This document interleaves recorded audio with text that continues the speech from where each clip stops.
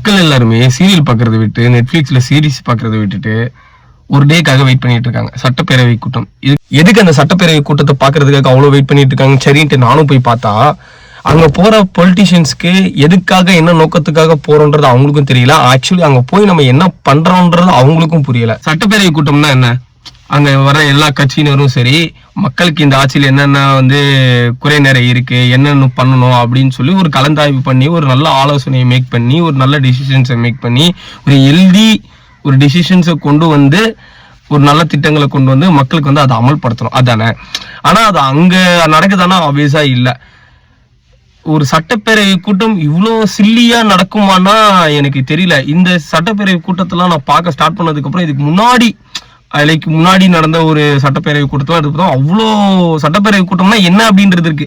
Actually இந்த 2026 இந்த சட்டப்பேரவை கூட்டம்லாம் நடக்கிறத பார்த்தா இது சந்தை கடையா என்னன்றதே எனக்கு தெரியல. கூட்டத்துல எதிர்கட்சியில இருந்து ஒரு கேள்வி ரைஸ் பண்றாங்க அப்படின்னா ஆளுங்கட்சியில இருக்கவங்க அதுக்கு ப்ராப்பரா பதில் சொல்றாங்கன்னா கிடையவே கிடையாது. அதே மாதிரி ஆளுங்கட்சியில இருக்கவங்க ஒரு விஷயத்த சொன்னாங்கன்னா அந்த எதிர்கட்சியில இருக்கவங்க அதை கேட்கற மாதிரியுமே இல்லை. ஒரு கொஸ்டின் எதுக்கு ரைஸ் பண்றாங்க, அது எதுக்கு எப்படி நம்ம ரிசீவ் பண்ணணும், அந்த இன்டென்ஷன்லாம் இல்லை. ஒருத்தவங்க ஒரு கொஸ்டின் ரைஸ் பண்ணிட்டாங்கன்னா அதுக்கு இப்படியே எதிர்மாறா ஒரு மாற்று கருத்து எதுக்கு சொல்றோம் ஏன் சொல்றோம் அப்படின்னே புரிஞ்சுக்காம ஒரு கொஸ்டின் ரைஸ் பண்றாங்க அப்படின்னா அதை புரிஞ்சுக்காமலே ஒரு வன்மோ ரிவெஞ்சிலே ஒரு விஷயத்த கக்குறாங்க. இங்க மாத்தி இதுதான் போதை தவிர அங்க ஒரு சட்டப்பேரவை கூட்டம் நடக்குதான்னா அங்க கிடையவே கிடையாது.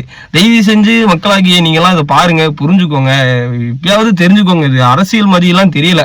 ஏதோ அரசியல் டிராமாக்கள் நம்ம மாட்டிக்கிற மாதிரி தான் எனக்கே தோணுது. ஸோ புரிஞ்சிருக்கும்னு நான் நினைக்கிறேன்.